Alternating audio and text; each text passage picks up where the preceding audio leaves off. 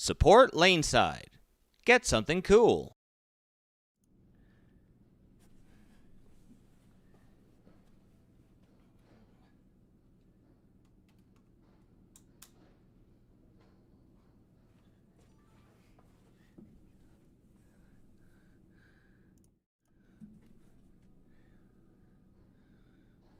There I am!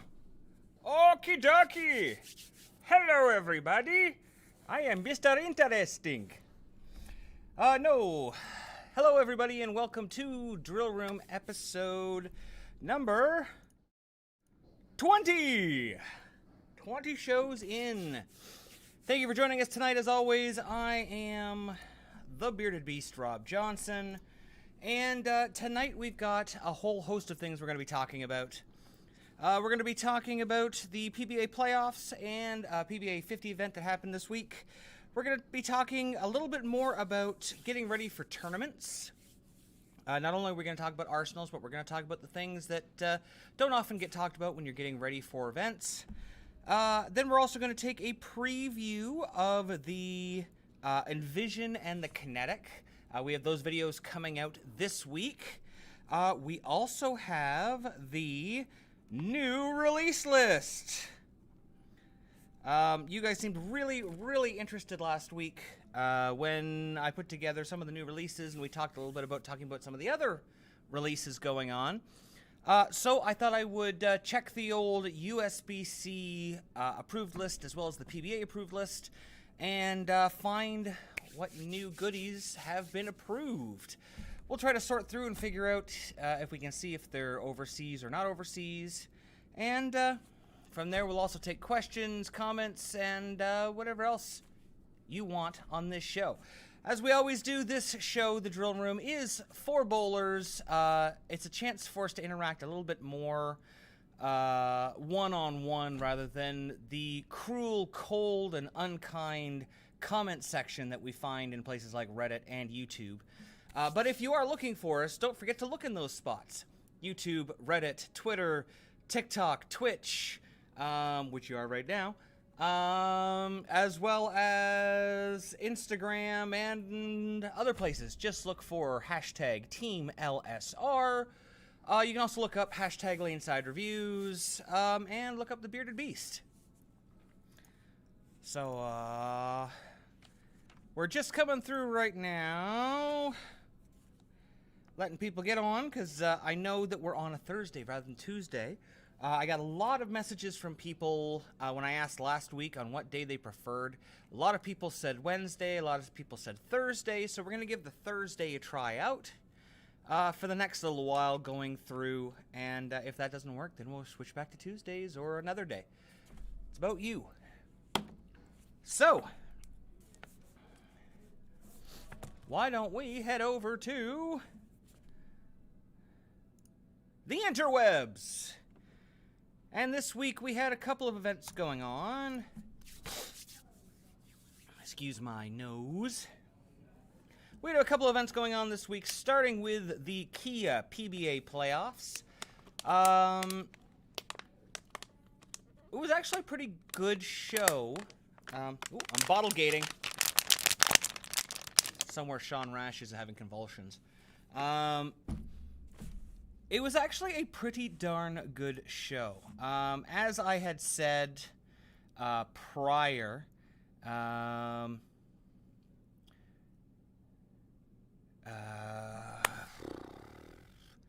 if Sean Maldonado's back was still hurting him, I didn't think he was going to have much of a chance against AJ, and AJ really performed.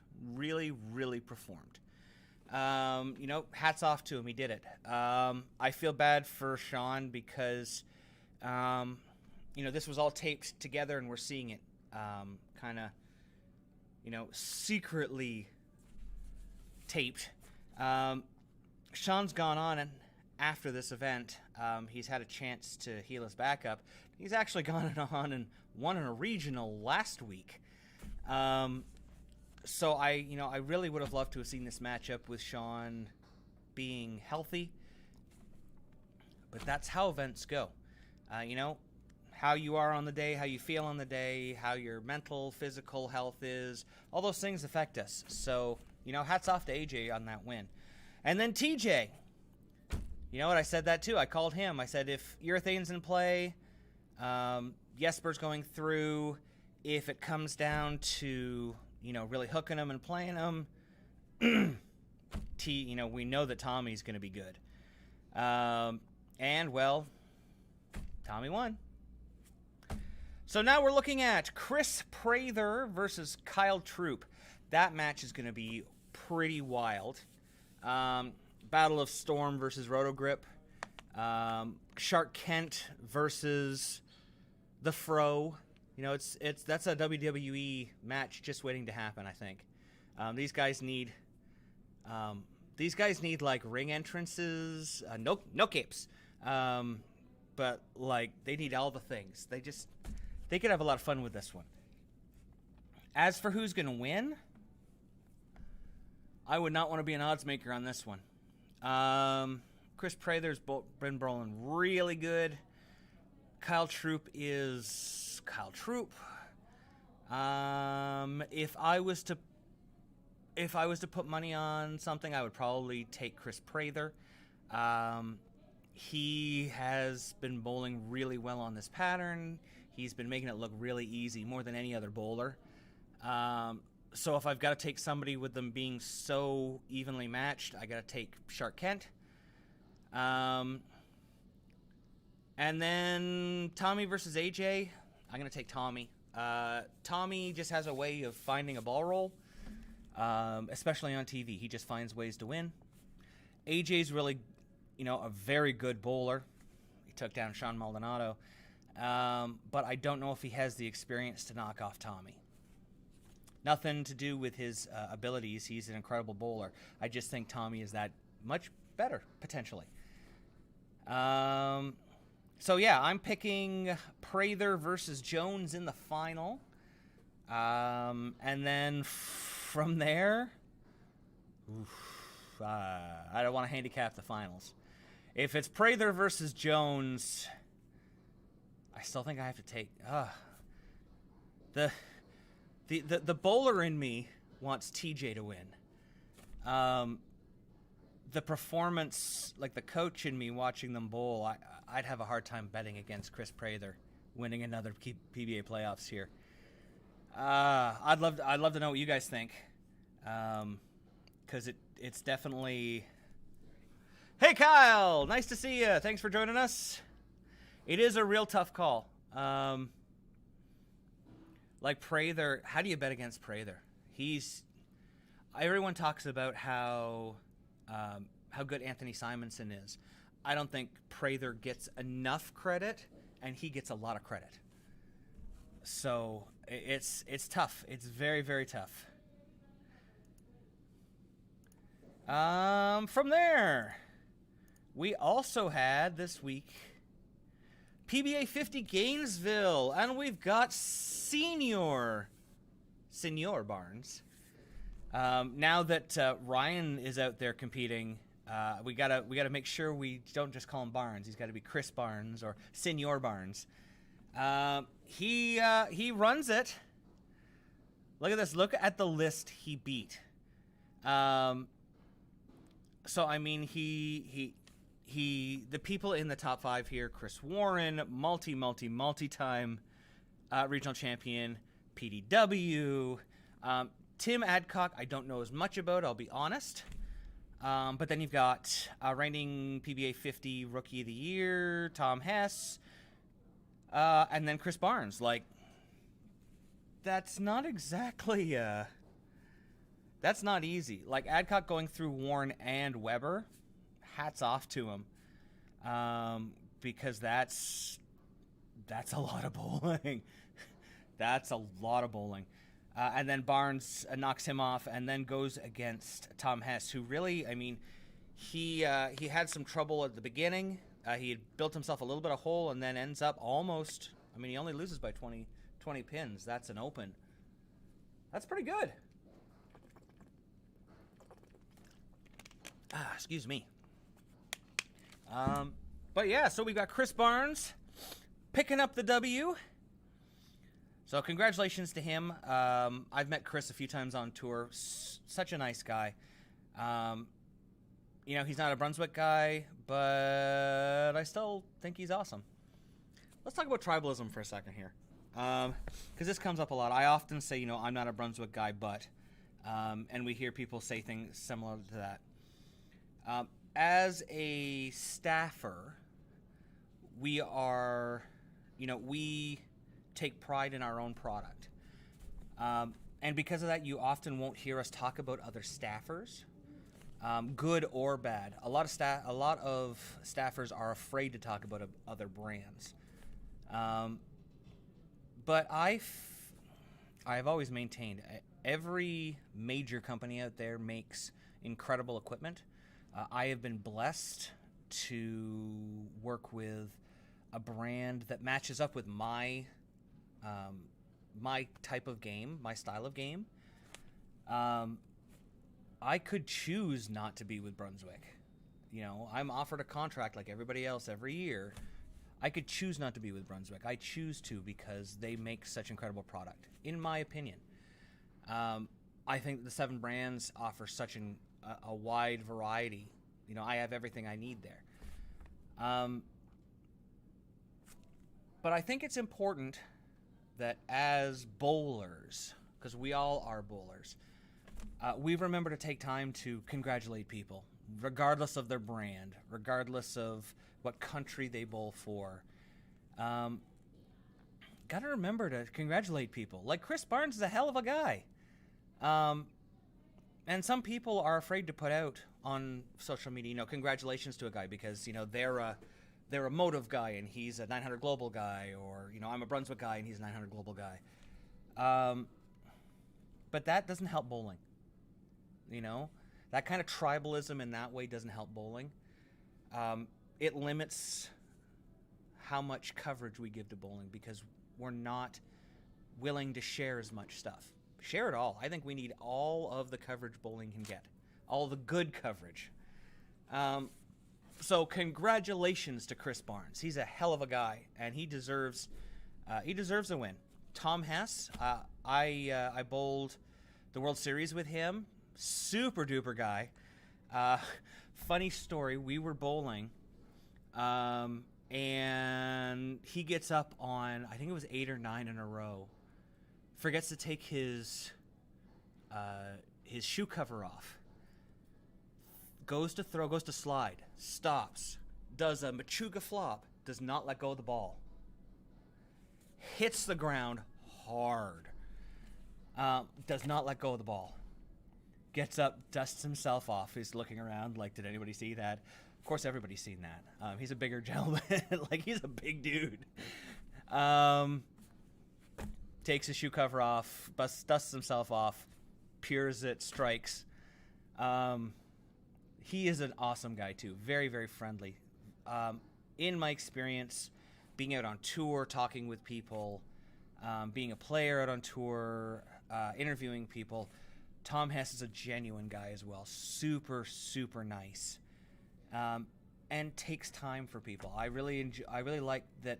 Before I really knew him, he took time when our show, when Laneside Reviews, when we did the Going Pro stuff, he took time to sit and talk when a lot of other people wouldn't.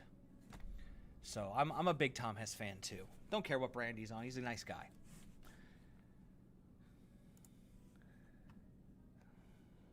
So, Scoop, I lost interest? Oh, poor Scoops. Simon was very animated, and Prather is a cool, calm shark waiting to bite his prey. I like that. That's pretty good. Good evening, Vincent. Yeah, it's a pretty big gauntlet. I'm a throws everything guy. If you're not under contract to a company, I've always said throw whatever. Throw the best of each brand that's available to you, because you want to be able to have the best reactions in your bag. The game of bowling isn't about having the nicest arsenal. It's about having the highest score. I haven't gotten the chance to meet Tom Hess. Tom is super, super nice. Tom is awesome. There are some guys on tour that I would highly recommend talking to if you ever get a chance. Norm Duke, one of the classiest, nicest, most genuine people you'll meet. With a memory like an elephant. He recognized Scoops from across a room and ran over and jumped on his back. Just such and so understated. Just very calm. I mean, he can get animated, but just a very calm, nice guy to talk to. That's cool that you got to bowl with him. I bowled with him a few times. So Duke's good. Tom Hess is a great guy. Chuck on the Truck, Chuck Gardner, a wealth of information, but also a friendly man. Tom Smallwood, very down to earth, very easy to talk to. Parker Bone, I'm pretty sure Parker would give you the shirt off his back and the kidney out of his body if you asked. Like, that man is on another level of giving. But yeah, there are some really good guys on tour.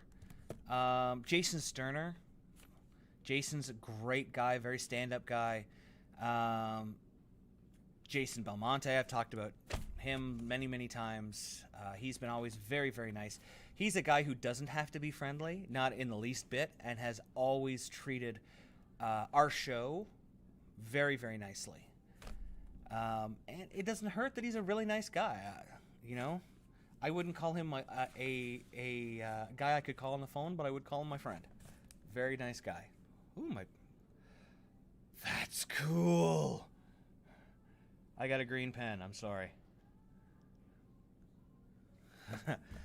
Chris Vi. I bowled the Masters a couple of years ago when I broke my ribs. I bowled with Chris Vi and Anthony Pepe and a few other guys. Chris was very nice. He actually, he was really concerned for me when I broke my rib. He was like, "Are you sure you want to keep bowling?"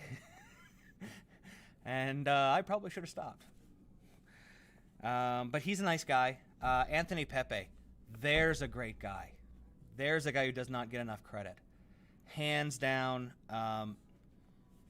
he may not look like...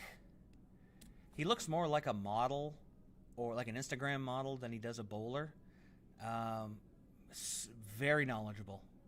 He has serious chops. Give the guy a chance.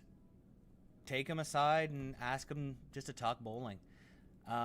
Sometimes he comes off a little shy, but I spent a day hanging out with him at Astoria Bowl in New York, and he's a funny guy, really friendly, really nice.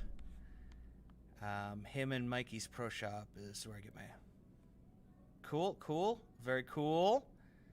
There's a TV show out now with Tom Smallwood. Let's not talk about how we roll. Actually, you know what? Let's talk about how we roll. I wasn't going to talk about this. I support bowling on television. I think that having a show on TV based around even loosely bowling is wonderful. Sometimes I wonder, and I would love to ask Tom what he thinks about the show. As a show about bowling, it is really poor. I've said this before, I think even on the show here. If you look at other people who have played bowlers, they took time to learn how to bowl. Bill Murray could bowl. Woody Harrelson at least learned how to make it look good, so when they went to his stunt double, it looked similar. Michael J. Fox and Greedy spent like a month on tour learning from the guys out there so he could make it look good. If you're going to make a show about bowling and talk about it being about bowling, let's have some bowling. bowling stuff. Come on. I think Peter Holmes, the guy who's playing Smallwood, is doing a great job with what he's got. I can see that they've turned it into kind of a formulaic CBS-style comedy, which is fine. They've definitely taken some liberties with the timeline and Tom's experience to make the Pete Holmes character a little bit more sympathetic. It does kind of make Tom look simple, like they're trying to say that he's not smart. Tom's a pretty smart guy. So I'm not a fan of that. It takes some shots at bowling that I don't like. I think they had an opportunity to be a little truer to it. And they've kind of taken the low road with some of it. The show is good. I think the show is very good. I just don't like the way the bowling's represented in it.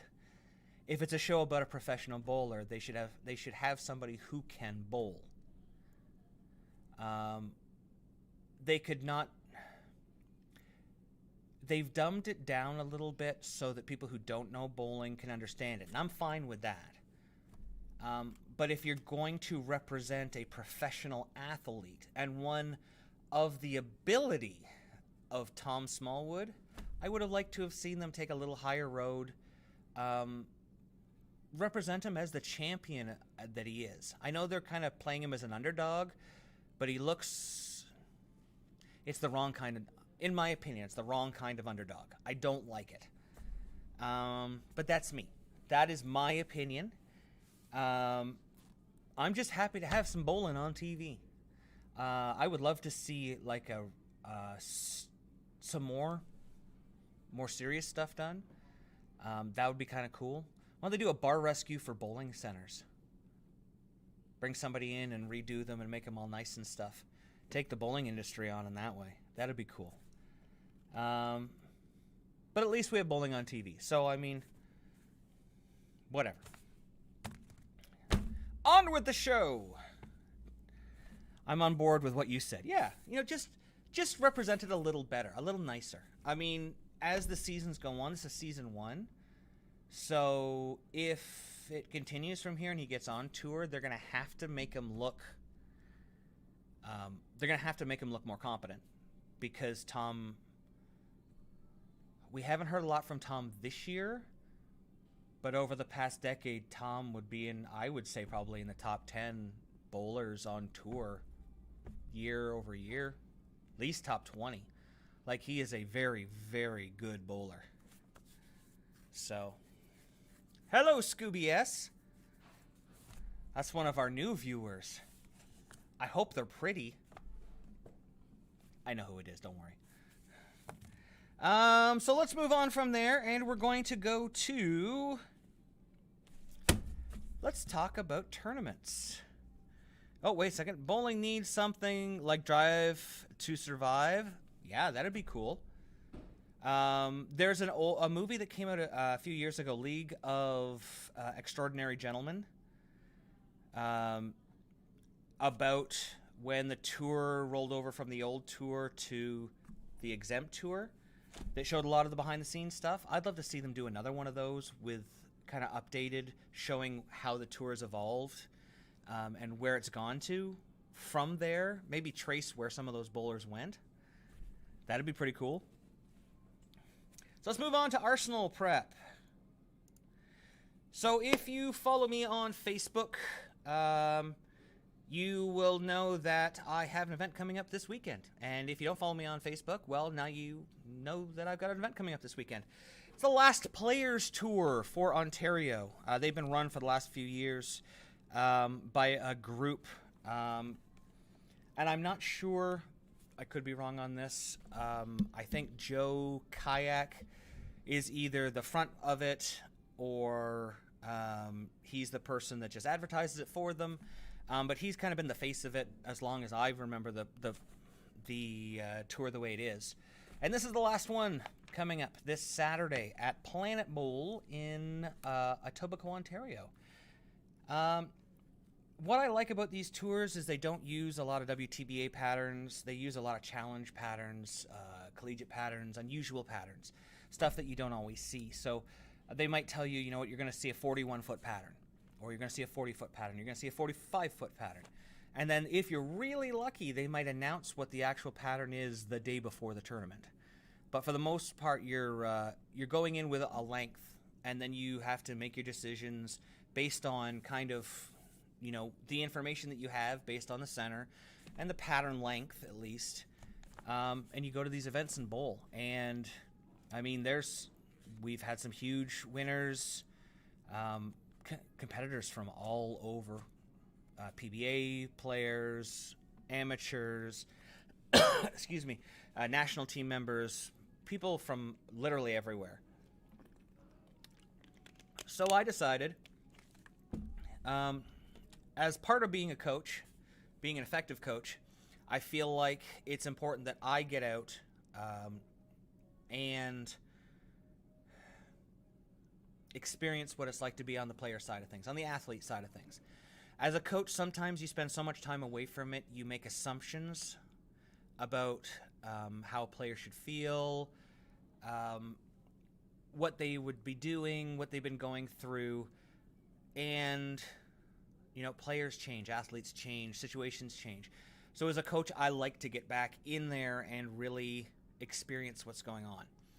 So, knowing that we're on a medium pattern, that's that 40 to 43 foot, actually 39 to 42 foot kind of area, we can go to our Arsenal construction sheet that we have here on the screen, and we can kind of put together what we're going to need based on layouts and surface and ball types, so we can build an arsenal for this event. So you can see, I'm just gonna, where to go here? Boop, there we go. So you can see the arsenal I'm taking down. The only thing that's not pictured there, I just recently added a new purple hammer. I had a 3.5 inch,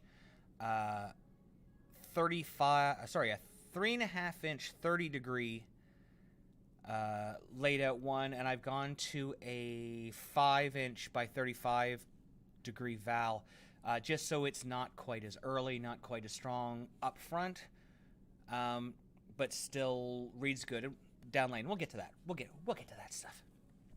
So we're looking at benchmark ball, which is my Obsession Tour. It's the middle top row there. You can see that some people will call that pin down. I call that slow response. We're looking at a 50 by 4.5 by 75 layout at 2000 surface. It says solid symmetrical, yes. It's not often that you get an asymmetrical benchmark ball. This is why I'm using this. It allows me to control a little bit better how the ball is going to roll up. Especially since we can't have weight holes, I can, which I've done in this ball, swung the mass bias out. And the mass bias is actually on my valve line. So I'm going to get the same kind of response that I would get out of a ball that had a P2 or maybe even a P3 hole in it.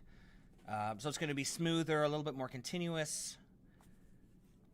On from there, we have, I've also packed the speed here. Now you can see that layout for the speed. That's our ball up. It is 55 by 5.25 by 40 at 2000-3000. This is a ball that we can change the surface on. That'll either allow us to put more surface on it to make it earlier, in case it's 41 feet and 40 units or something, or we can go the other way and take the surface up on it if we need to get down lane more. Say it's maybe only 22 or 23 units and we got to swing the lane with it. So it's kind of our ball that we could go either way. It could either be for the fresh or a ball up.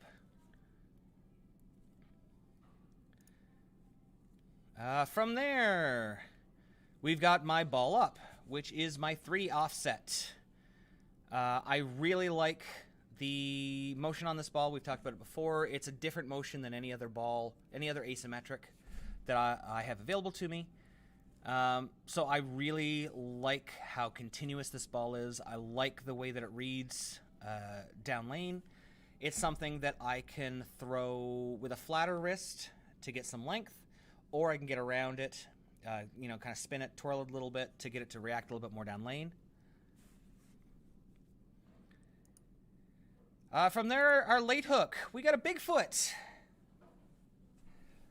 Absolutely. I'm going to get to that. So, well, actually, why don't we do it right now? Vincent asked, could you explain ball up? Give me 1 second here. Just got to jump off over here for a second.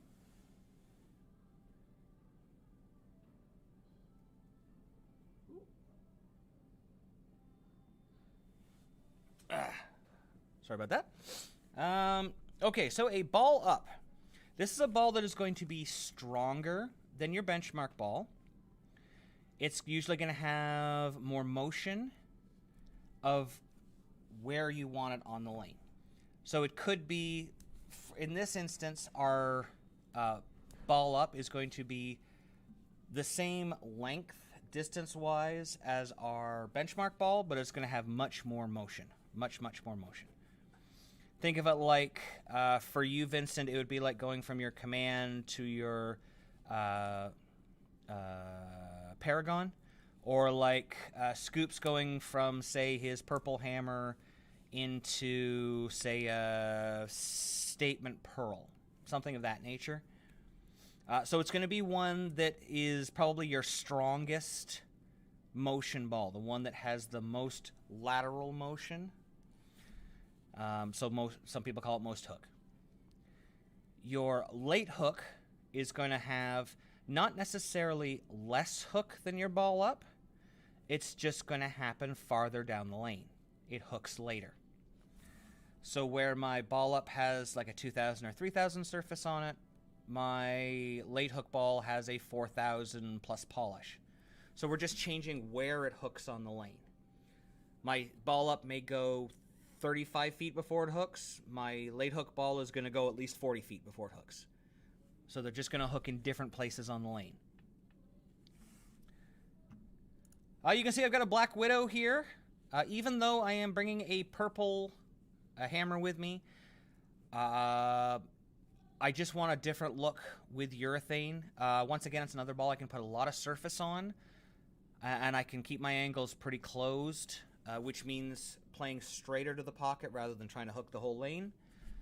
It's something that's not going to hook a lot when it sees friction down lane, so I can control it. It has, in my experience, it has a faster hook than the purple, and it's much earlier. So it gives me two different looks. Let's go to the far right bottom. That is my 27-year-old Sapphire Zone. That is what I'm using for the burn. Now, normally we talk about on the burn here, we want something that is RG of 255 or higher, differential of 035 or less. However, every once in a while you can come across a ball such as a 27-year-old ball, something that's been, you know, it's seen a lot of oil. The cover's pretty beat up on it. It gives me the opportunity to use a bit of a stronger core because the cover is so weak. And it matches up very well.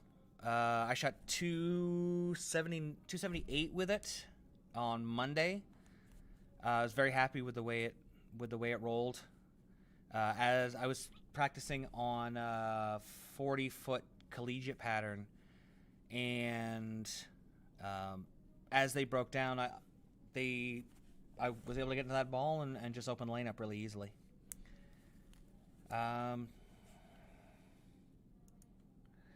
So we've gone through the arsenal. We've talked about equipment quite a lot, and you can see how important the arsenal construction sheet is.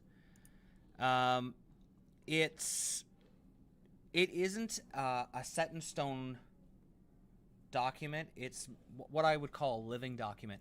It's a baseline for you as a bowler.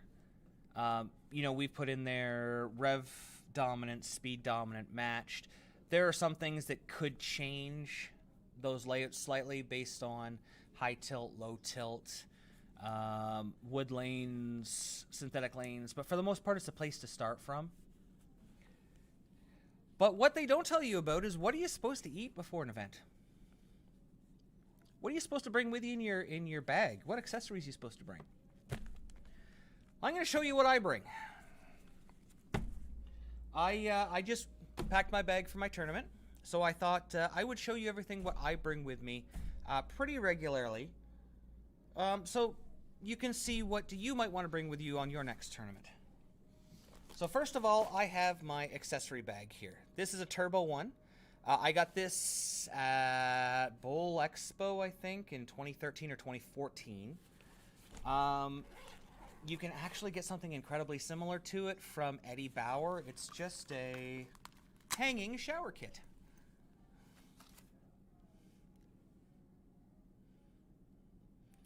So let's talk about some of the things that I bring with me. I'll take a few things out here. So I always have my tape. You can see that one's listed as silver thumb tape. I've got silver, white, black, blue. I keep all of my in-thumb tape in one spot. And I keep different kinds, different sizes. I use a lot of the slick tape in the front of my thumb to keep the slickness. Or I will use it to snug up a switch grip. If a switch grip is too loose, you can add a little bit of tape to snug it up so it fits and does not squeak or move inside your thumb.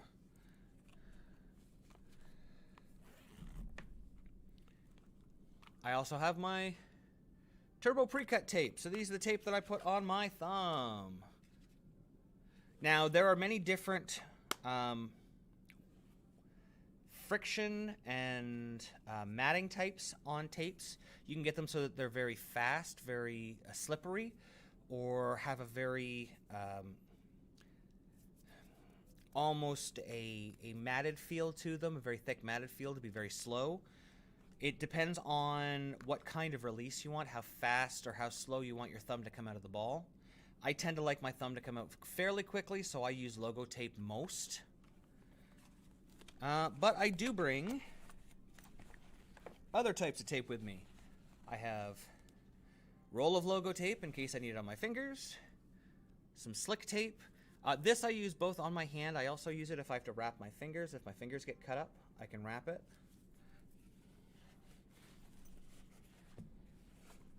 Thumb inserts. You see I use a switch grip. I carry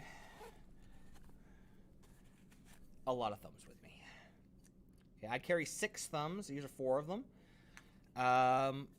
3 of them are exactly the same, just in case something happens. It's my favorite thumb, so I make sure I always have my favorite fitting thumb. I have one that has a little bit less pitch in it, so my thumb doesn't exit as quickly. So if I need to hang on to the ball a little bit longer, I have one that has a little bit more pitch in it, so it comes off my hand faster, so I can't hang on to it at all, so if I need to speed up my release. And then I've got 2 oversized ones that are almost comically big. These 2, where I can almost, even though it's an oval thumb, I can almost twist the thumb all the way. Oh, there you go. I can almost twist the thumb all the way around because my thumb swells up. If you have switch grips, interchangeable thumbs, ultimates, Joe Pros, whatever, always have multiple switch grips. I always have multiple thumbs with you. You never know when one's going to get broken or fall out. And it's really hard to bowl a tournament if you can't put your thumb in the ball. And a switch grip hole is larger than a gripping hole is allowed to be, so you don't want to be trying to use it. 3 switch grips, good, good. Now I also bring rosin bags and a puff ball to keep my hands dry, shoehorn, emery board, and nail clippers. You never know when you're going to break a nail. I have Scissors. A tape tool. Don't know if you've ever seen a tape tool before. This is the best thing you can buy for putting tape in. It makes it super easy. This is my first shoe brush. This is shoe brush number 1. I also have another one I keep on my bag. A roll of electrical tape, in case I've got to snug up a thumb slug. Gamer grip. This is from Turbo. It's a sticky, almost like a spider, or not, what do they call it? The tacky hand stuff. It dries it out so you don't sweat, makes them a little bit more tacky. So for you two-handers, or if you sweat a lot, it'll keep you from sweating. A shoe stone. Since you can't put powder on your feet, for you out there who are still doing it, stop it. It's against the rules. No baby powder on the floor. No rosin on the floor. Don't put it on your shoes. Stop it. I carry extra pens. You never know when someone's going to steal your pen or pencil for filling out stuff. I carry a lip chap. If your thumb gets really messed up and you can't do anything to your thumb, you can put a little bit of lip chap on your thumb, and it'll make it slippery for you so that your thumb can get out of the ball a little bit easier if you have an extreme swelling situation. Blistex. People don't realize Blistex has a little bit of a, what's it called? Topical in it. So if you put it on your thumb, it'll actually bring down a little bit of swelling in it. It's also good for your mouth. Keeps your lips, like, kissable. You got a face like this, you got to make the lips good. Then,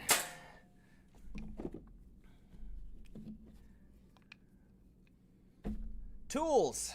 I always bring tools with me in case I've got to work on my thumb. I'm always tinkering with my fit, so I always bring tools with me. You switch grip people. The 2 most important tools you can have. The switcheroo. So if you have a really good tight thumb, this will allow you to get it clicked in. And if you have a really good tight thumb, the jack. People never buy these, and this is such an important tool. Ask Scoops. This goes into the bottom of the hole underneath the grip through it, so you can actually get a click on it and pull it out with some force without using your thumb.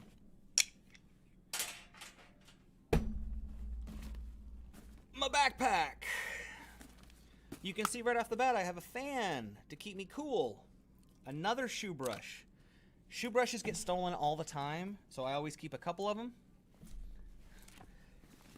I am a fat guy with a bald head, so I keep towels to get the sweat off me. Remember that you can't use the same towel on your ball as you do on your head. That's illegal. So I keep extra towels with me.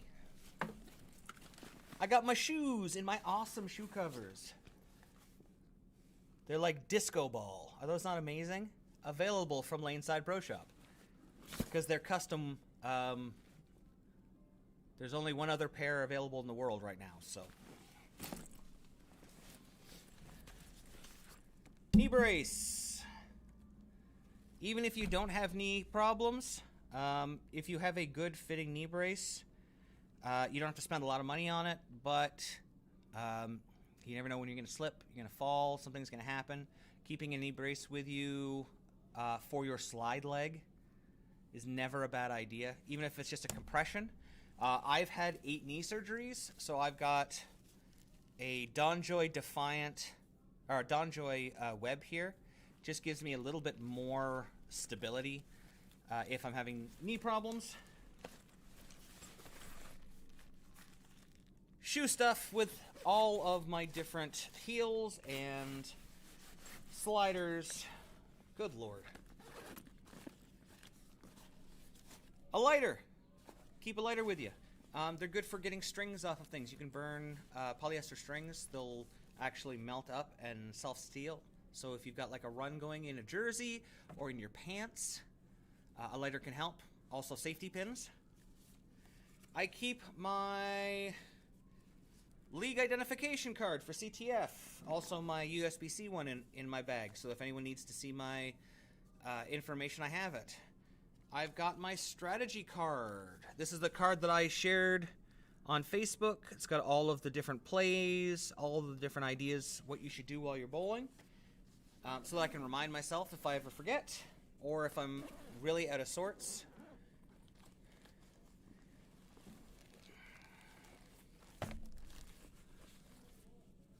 More braces, forearm and wrist. You never know when something's going to happen, so I always keep a couple of braces with me. You don't want to have to pull out of a tournament unless you absolutely have to.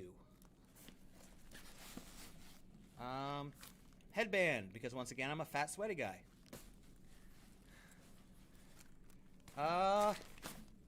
Pads. Now, Scoops is really, really smart, and he bought a CD case and put all of his pads so he could nicely and neatly store them and categorize them. Scoops is smart. Scoops also got one of those for me, and I got to put him in still. But pads, I keep at least one of each grit, everything from 360 up to 5,000 with me. Same thing, I will also take polish with me. Can't really see these because they're green, of course. Alcohol swabs. Alcohol swabs, when you're putting on tape on your hand, if you take the time to clean your hand with an alcohol swab and let it dry, you will get a great deal more adhesion to your skin. So if you have sweaty hands and it tends to pull off very easily, or you sweat and it starts to pull off, by using an alcohol swab, it'll stick better. It also, when you put alcohol on your skin like that, it tends to keep it from sweating. So it has two purposes.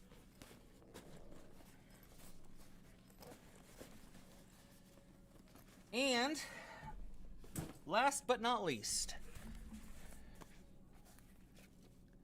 you can kind of see it. This is my FMP, my field message pad. Was my brother's, now it is mine. This is where I write down all of my information, my notes, for when I'm bowling.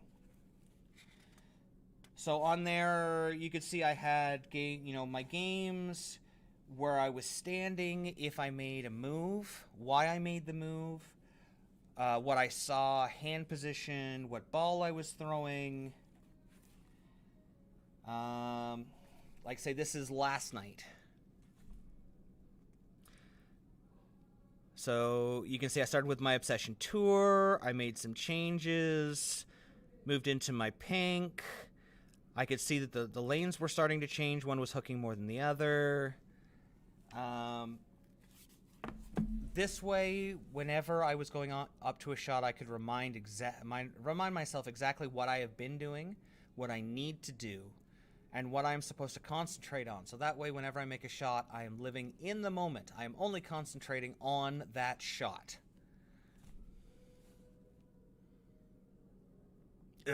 Last. This is something that not a lot of people do. My national team does it.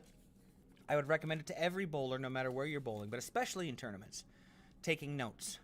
It doesn't have to be a lot of notes, doesn't have to be a big booklet, but just being able to jot down information to remind yourself. There's a lot going on. There's a lot of noise. There's a lot of moving around, going lane to lane. There's a lot of information that you've got to track.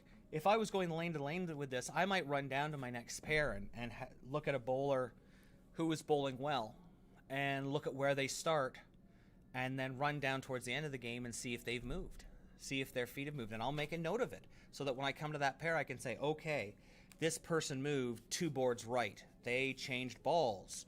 They moved 10 boards left.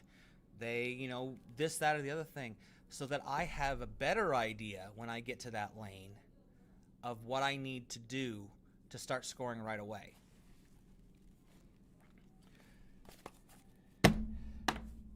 Lastly, and this is one that always gets me.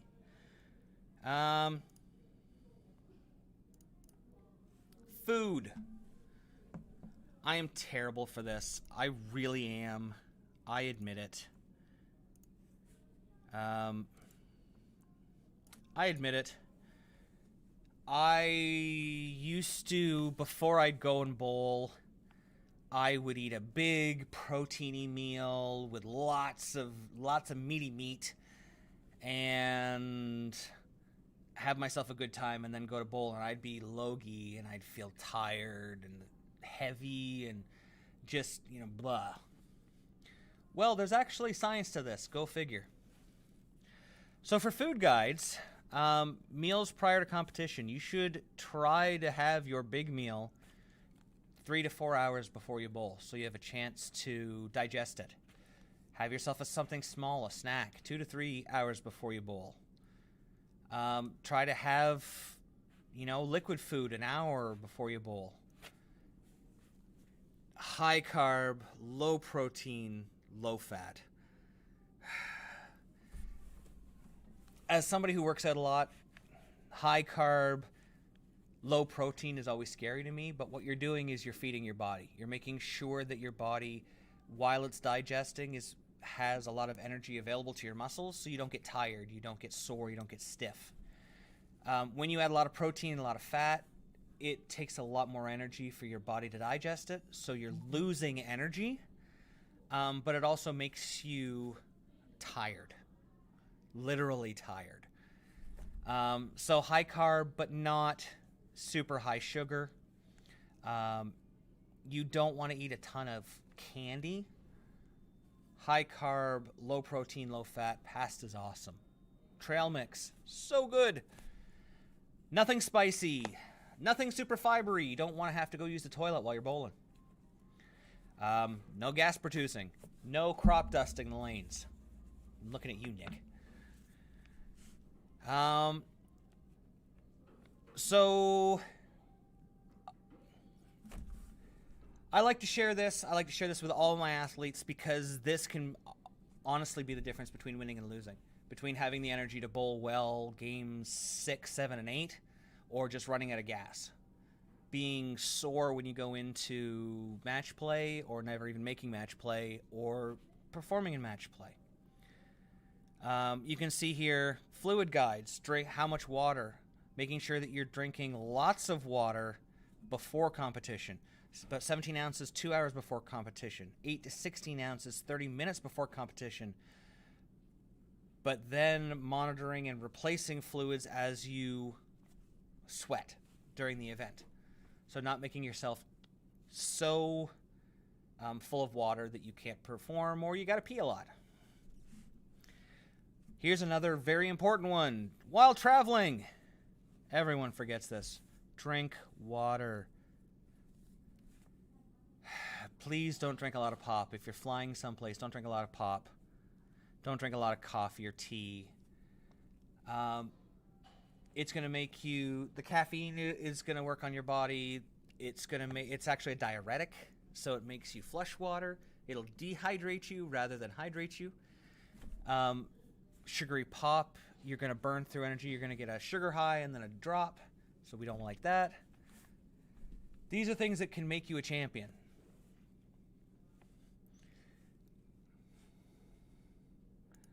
Let's go back to the questions here. I need to pick up one of those shoe rocks next time I see you. You got it. Yeah, definitely no powder. Please, people, no powder. No powder. There's one last thing that you should do to prepare for a tournament, and that's tell yourself to go have a good time. A lot of people get so wrapped up in things. You get so far inside their heads. They have to win. People are going to think I'm no good if I don't win. People are going to laugh at me. People are going to make fun of me. Whatever. Get out of your own heads. Bowling is a game. It's a sport, but it's a game. It's fun. Go and enjoy yourself. If you're going to go out there and throw 120 and you're a 200 average bowler, then own it. Have yourself a good time. What can you do about it? Right? You can't do anything at the event. Obviously, you need to learn from that and make sure it doesn't happen again, but you still got to go and have a good time. The more that you get inside your own head, the more you tell yourself you can't or you have to, the harder it is to perform. You can ask Scoops. When he goes to a tournament, it is somebody's job to keep Nick out of his own head. And we're not saying this is a bad thing, but he is a very, very critical of his own performance because he knows that he's very good. I mean, Nick's got like 6 or 8 or 10 300s. Like, Nick is a very, very good bowler. But sometimes we start micro-analyzing everything in our own heads, and we lose the big picture looking at the little itty-bitty parts.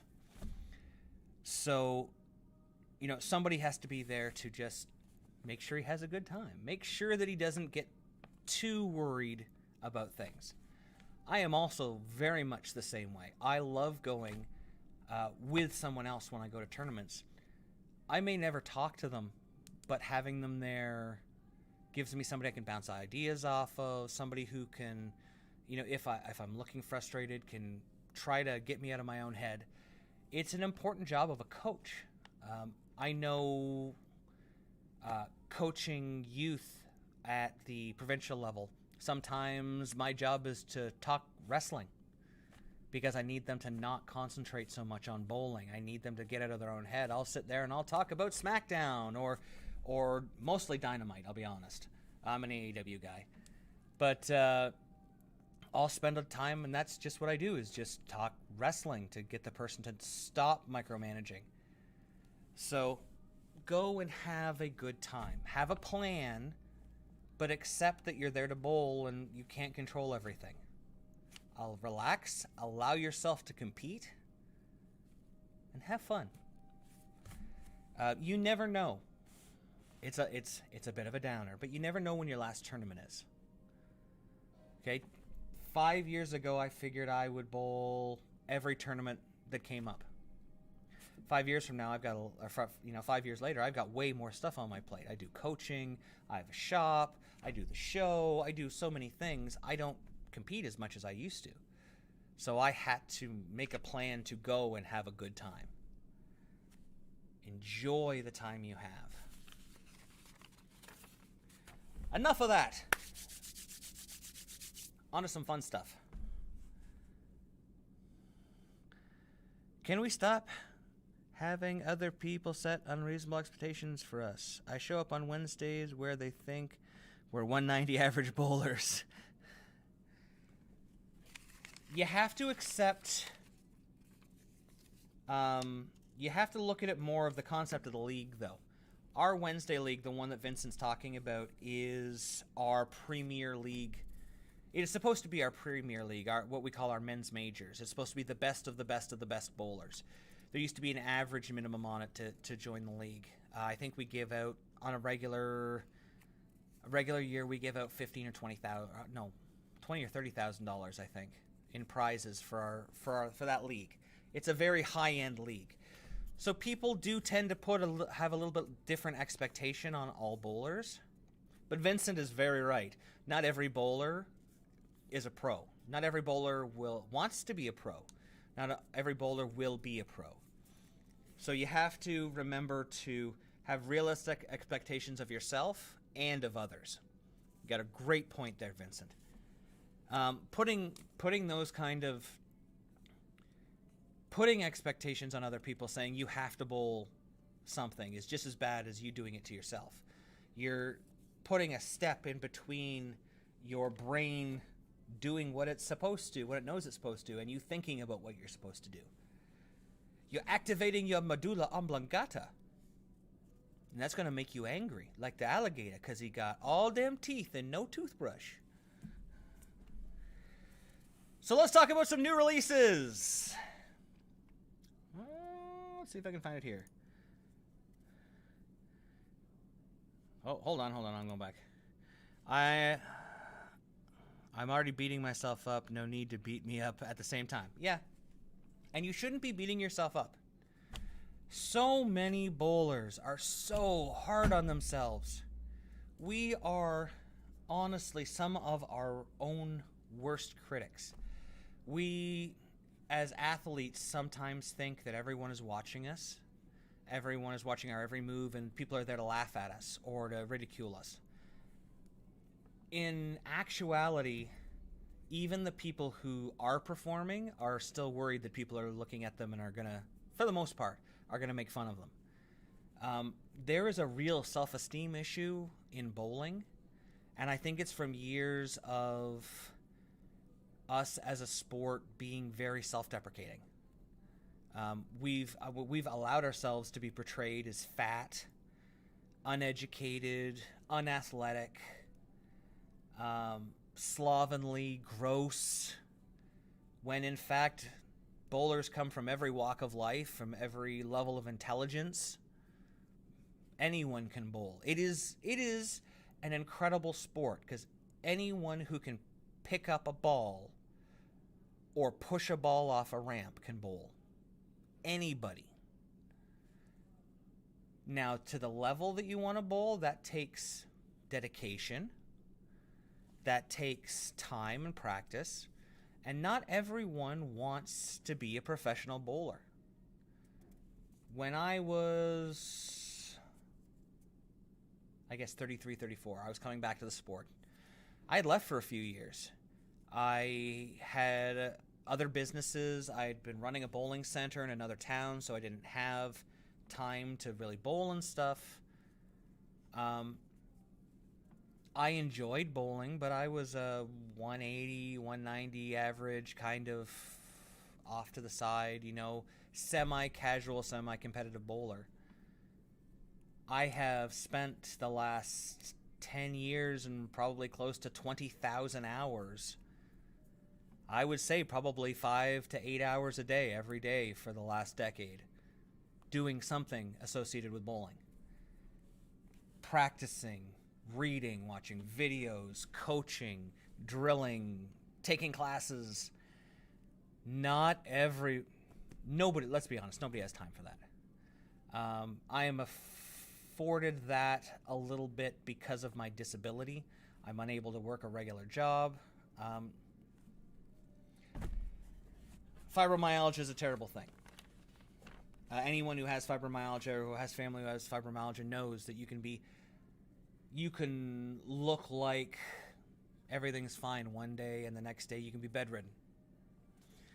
I have been blessed with the time to do a lot of research on it as well, on diet, on exercise, on ways to manage it. And there are still days that I end up in bed, for 2 or 3 days because I can't move. It happens. But because of that, I've been afforded the time to become a bit of a, I want to say a small encyclopedia, because if we talk about encyclopedias of bowling knowledge, then the only real Britannica set out there would have been Mo. So I'm just a small reference guide. But same here. Scoops old lady average 190. It's not always on purpose. You're in the ball review, Scoops. Yeah. As as humans too, we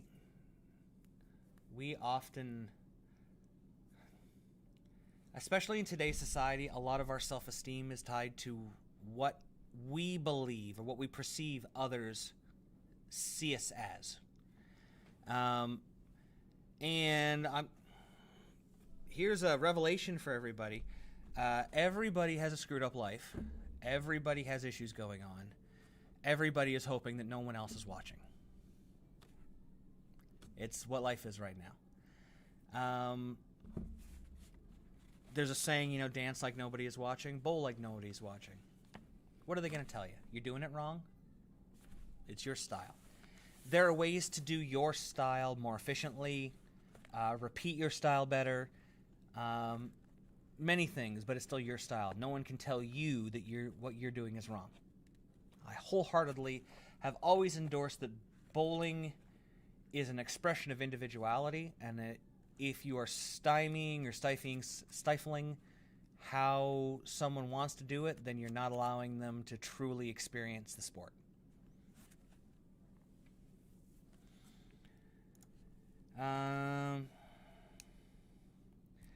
And you know what? Just as a side note, that is also what keeps some people from competing in tournaments. Some people are very good in one bowling center and struggle in another. Might be different lanes, different approaches, many different things. So they don't perform to what they believe they should be performing at. And that scares them away from bowling at other tournaments, bowling in other houses. We should all just bowl. The more people that bowl, the better we can all be. So, back to the new releases. New releases! So, on our last episode, we talked about the Sneak Attack and the Power Torque Pearl that was coming out. And a lot of you who were on the show said that you were very interested in seeing what else was coming out. Far be it from me to take that away from you, the viewer. So I scoured the internet. And I got you all the new releases as of 2 days ago. These are all of the new releases that have been currently announced. Now, this list will probably grow as we go into Bowl Expo. And some of these are definitely overseas releases. So you can see here we've got 900 Global with the Cruise line, Cruise Blackberry. That's going to be an overseas release. That is a line, the Cruise, and I believe... well, we'll see a few from that Storm conglomerate that are specifically overseas releases. The Zen Soul was released, I believe, for sale this week, but announced was the new Burner Hybrid, the new Honey Badger Extreme Blow. I'm going to go out on a limb here and say that one's probably going to be an international release. We have the Reality Solid coming to replace the Reality that we lost, and the new Zen Azura. I'm going to say that one's probably an overseas release as well. Now, that Honey Badger could be a North American release. It could be the replacement for the Wolverine. But I feel like in looking at the other ones that have the Extreme to them, they were international releases. Over for Storm, we've got the Zero Parallax and the Code Master. Those are going to be overseas releases. The Electrify Gold Orange, I believe, is going to be North American. That will have the same core that the Electrify has. The new Ghost Lock, pretty sure is overseas. We lost... one of the realities was banned. I think it was the Altered Reality, is on the 6-ball USB-C list. We also have the new IQ Tour Dark Green. Now, I'm really, really hoping this is North American. I'm hoping that they're just releasing a new IQ Tour, and they just colored it dark green. Because all the other IQs go overseas, especially to Japan, like the red urethane. And it would be nice to see a new IQ come out.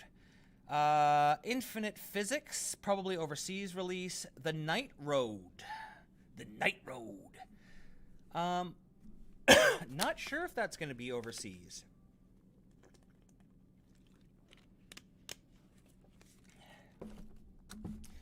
And then the Phase X, which I believe is going to be replacing the Phase 4. Over with 900 Global, we've got a lot of Hustles coming out. The Hustle Royal Navy, the Hustle Chile, and the Hustle USA. So I'm going to assume those are color combinations, like red, white, and blue, and whatever the Chilean flag is. I apologize, I do not know. Let's find out.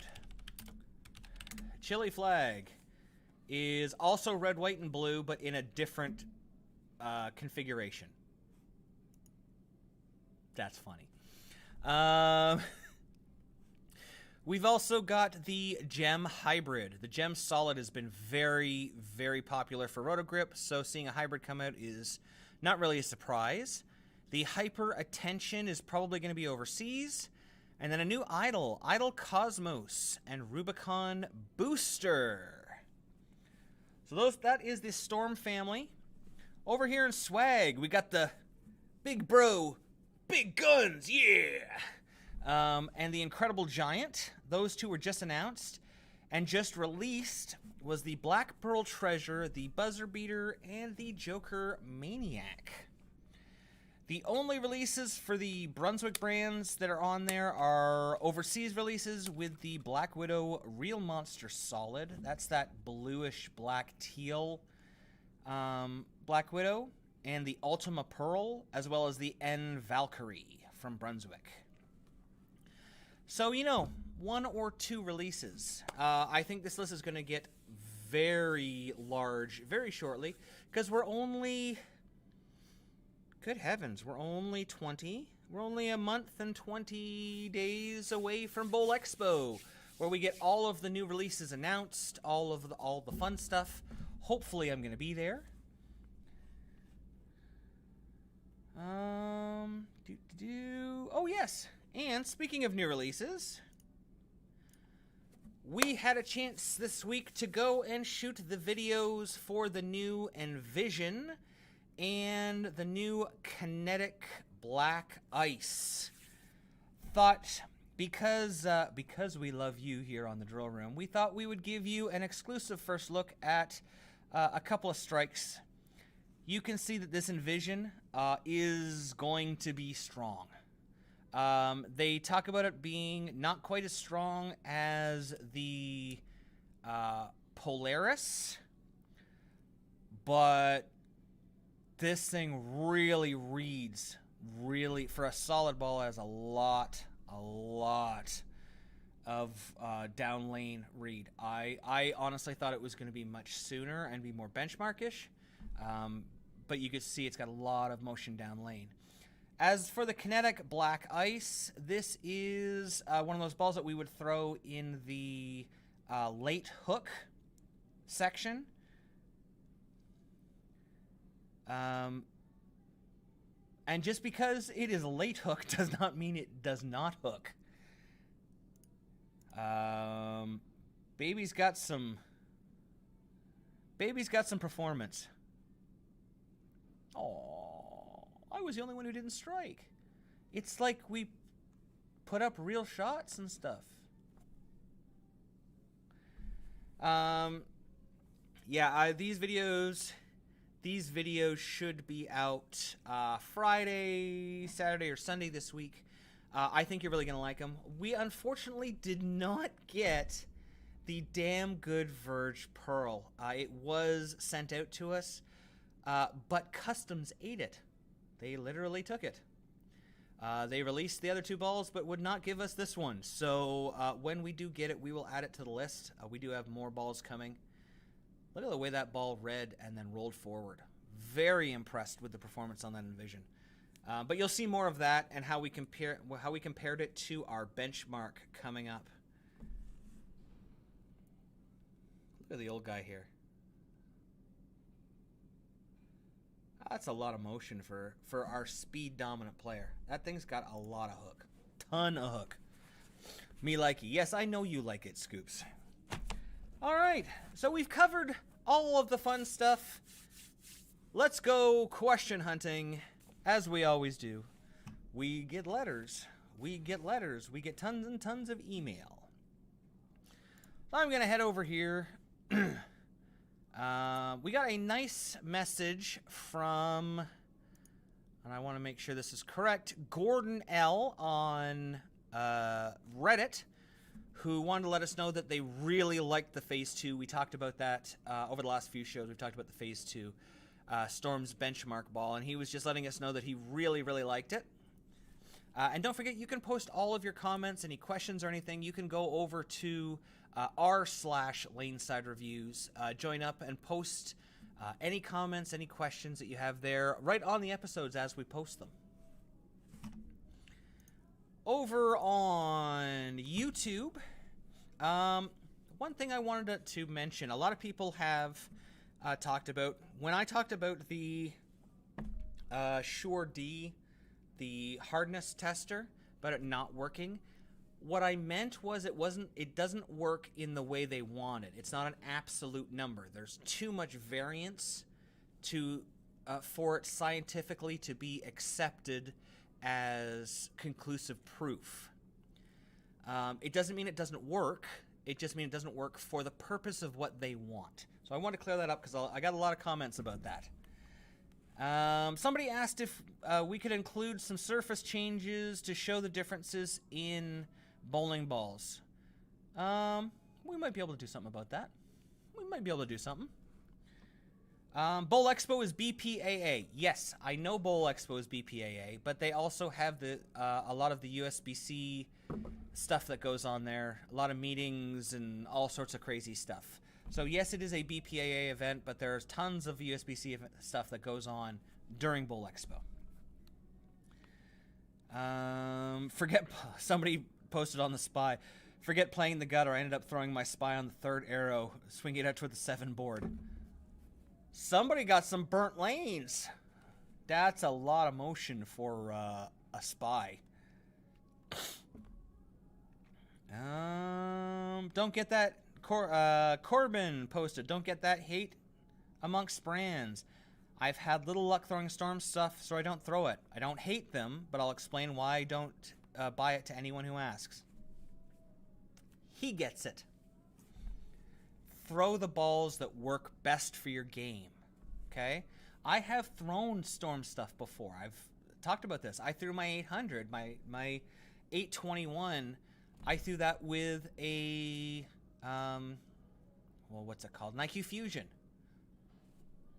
I don't hate Storm equipment. It just doesn't match up to my stuff. Brunswick equipment matches up 99.9% of the time, matches up to my game. So that's why I throw it. Yeah, I don't get the hate either. Tyler Good posting in here about completely agree with changing up house shots.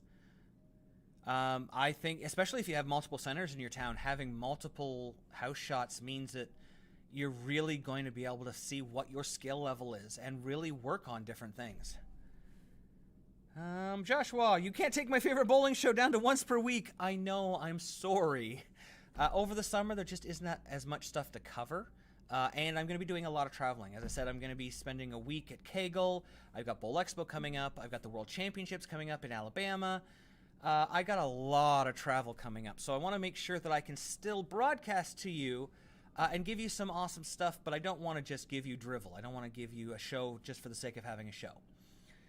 I want you to enjoy it and learn something from it.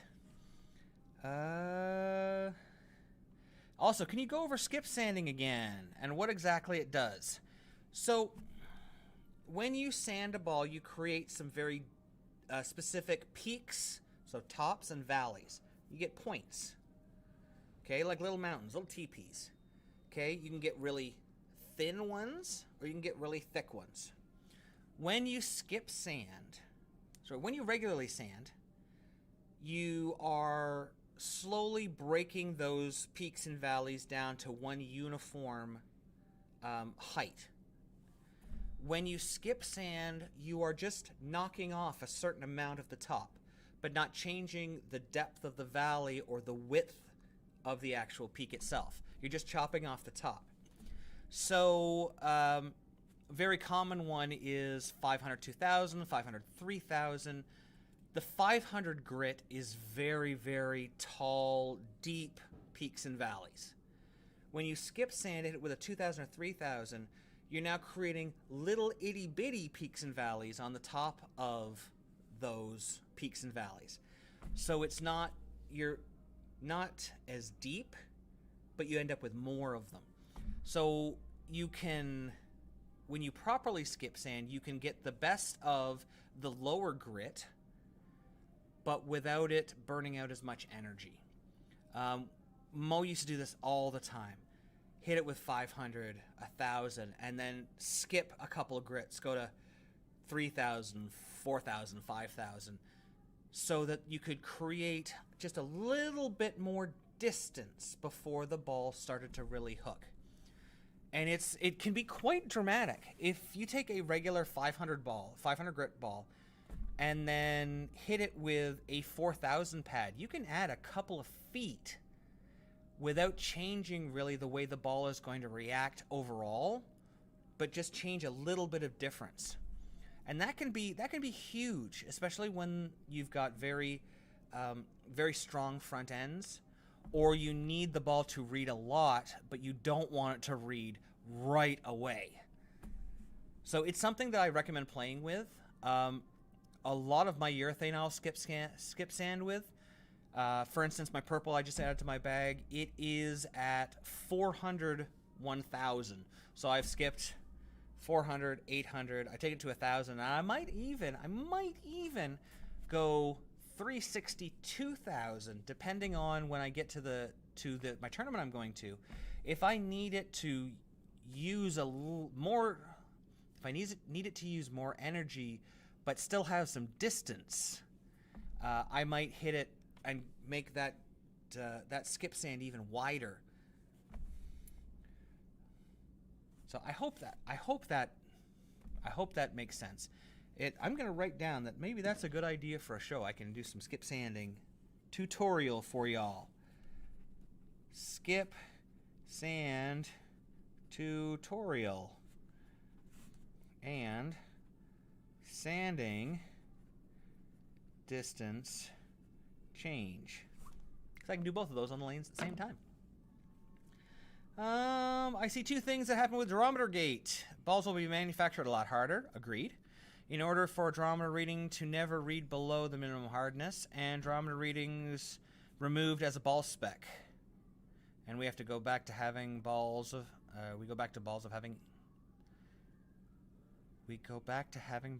any hardness. I think they're going to have to come up with something better. This is from Super Blitz, by the way. Thank you. I think they're going to have to come up with a better way to measure them. Otherwise, you're right. To make sure they don't go under 73, you're going to see a lot of them coming out at 74, 75, 76, so that the variance that can happen doesn't make them illegal. How about adjusting procedures? Now, see, Flitch, that's a very good point. When USB-C gets these balls, and I'd forgotten about this when I talked about it a few episodes ago. When the USB-C gets these balls, they sand them before they test them. So it very well could be these balls that Storm had a problem with. It was actually something with the polish rather than the ball itself that has made them illegal. Which is why Storm is completely, if you look, they've completely abandoned polish in their entire line. Nothing but surface now. Bowling XP, if you do a urethane test, please add some of the modern balls that they call urethane. We do have some of the tanks and stuff. I would love to get my hands on some of that micropolymer, the motive stuff. If anybody has some that they are willing to part with so that we can add it to the great urethane, what would you call it, shootout? Great urethane shootout? Please let us know. You can send them through to us, and we'll do something for you for helping out the show. Yeah, purple tank, pitch black. We've got, I think we have 10 different hammers to test, and 4 different Black Widows. Love to have a pitch black in there. I think we have access to a fast pitch. Love to see the motive stuff. Yeah, if you guys have anything that you'd like to send to the show, please contact us, lanesidereviews@live.com, and let us know. Kyle B. talking about episode 19. Belmo actually cares about the sport. USB-C does not. It does seem that way, doesn't it? Yes, Flitch, like homeowners associations, other organizations can fall into being cliques. Yep, that definitely does happen.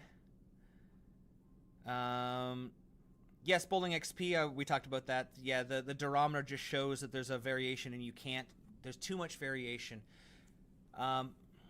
Acceptable scientifically is like 1%, and the variation on bowling balls is in the 19 to 20% range. That's a lot. That's a lot. My local bowling alley, Scotty Thompson. My local bowling alley in Superior, Wisconsin, where I live. Lanes get stuck all the time. That happens. I know. It stinks. I hate when my equipment gets stuck down there. Tapadat, I think Jason will be okay. Just because he has lots of money doesn't mean he's going to be okay. But I do hear what you're saying. I think he'll be okay. So yeah, that's a lot of questions. Do we have any? Let me switch back over here. Do we have any questions going on over here? New fit tight thumb 613 tonight. Still got to work on relaxing the hand. Nice.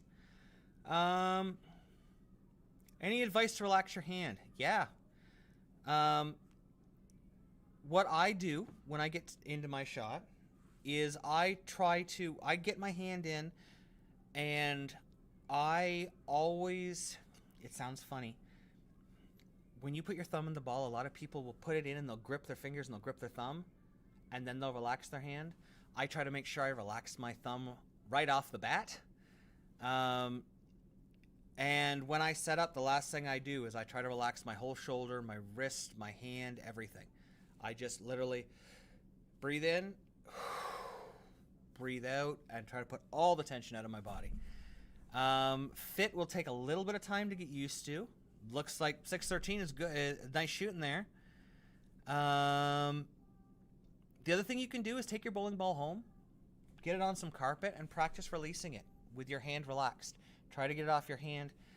The way your ball should fit, you should be able to hold it on your hand without it falling off, but with any movement, any pressure, any flicking, it should fall off. So adjust your tape that way to make sure that it feels that comfortable. And then go and practice just spinning it off your hand, your different releases. You know, forward, a little side, whatever. Practice it over and over.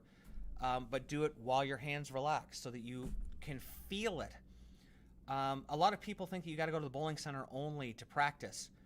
Oftentimes, I will go to the bowling center just to practice score or to practice certain skill-related things. When I go to practice things like throwing the ball a lot, adding strength, working on release many times, I go in my backyard, or to a park, or to carpet. You can throw a lot more shots when you don't have to wait for the ball to come back. You can do 20, 30 shots in the time you'd bowl a game, so you can get that repetition and that muscle memory a lot easier.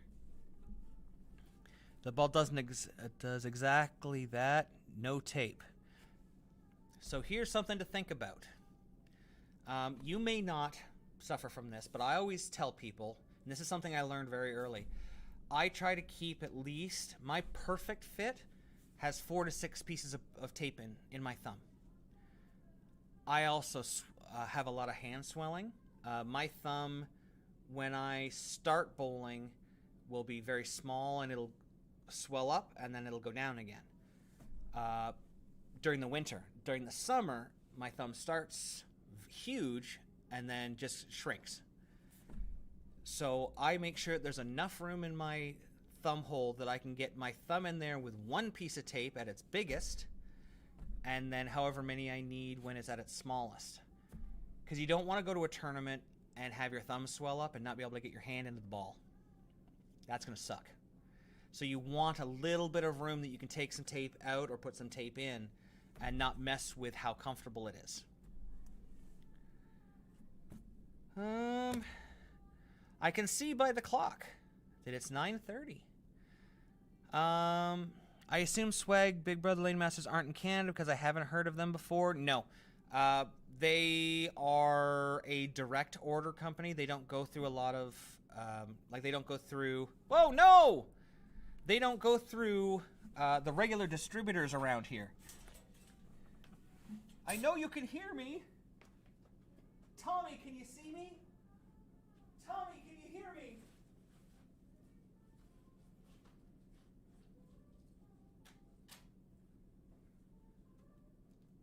I'm just a pinball wizard.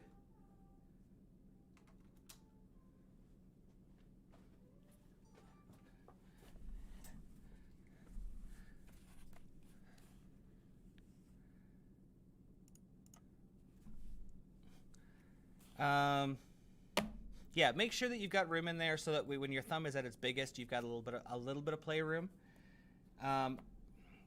That's if you have if you have swelling in your hand. If your hand never swells, go to town, do whatever.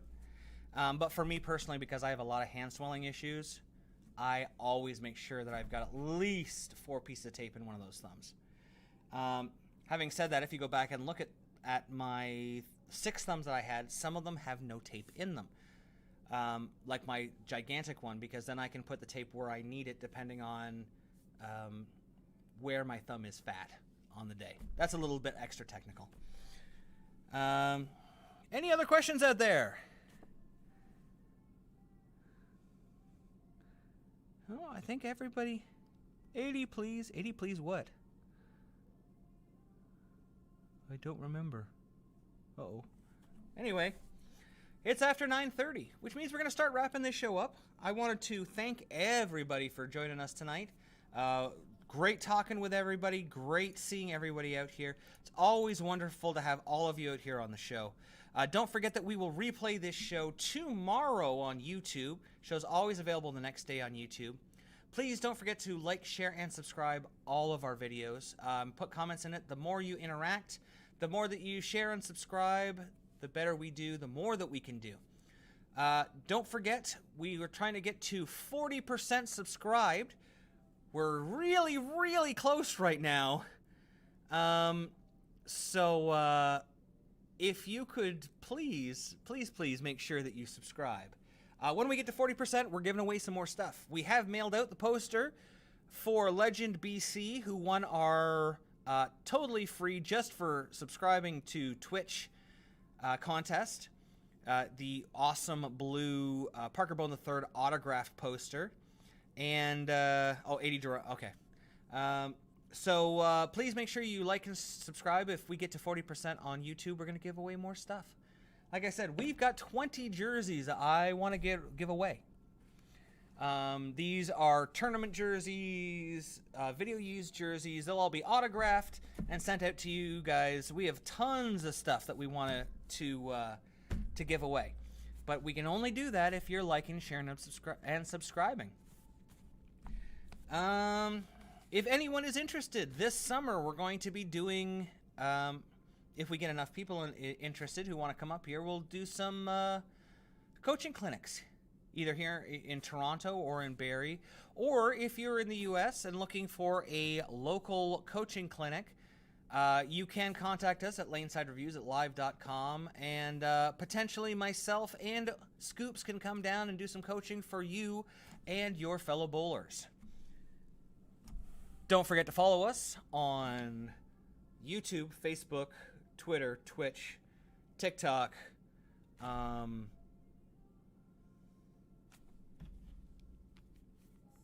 old. I don't know all the social media platforms. I'm sorry. Instagram. You can follow Scoops on Plenty of Fish and Grindr and Bumble, and I think we're gonna open an account on Farmers Only, cause Nick and Mrs. Nick need somebody to do the windows for them. They need another wife.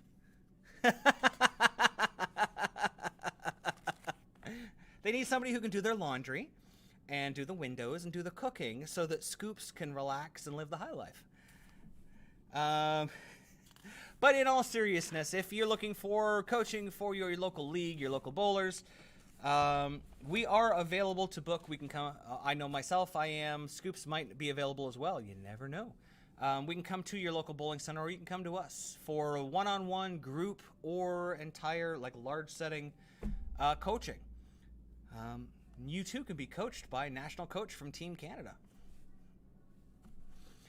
If you're looking for equipment, don't forget this summer you can contact us and you can come up and visit us here at Laneside Pro Shop. We can drill just for you and give you some lessons.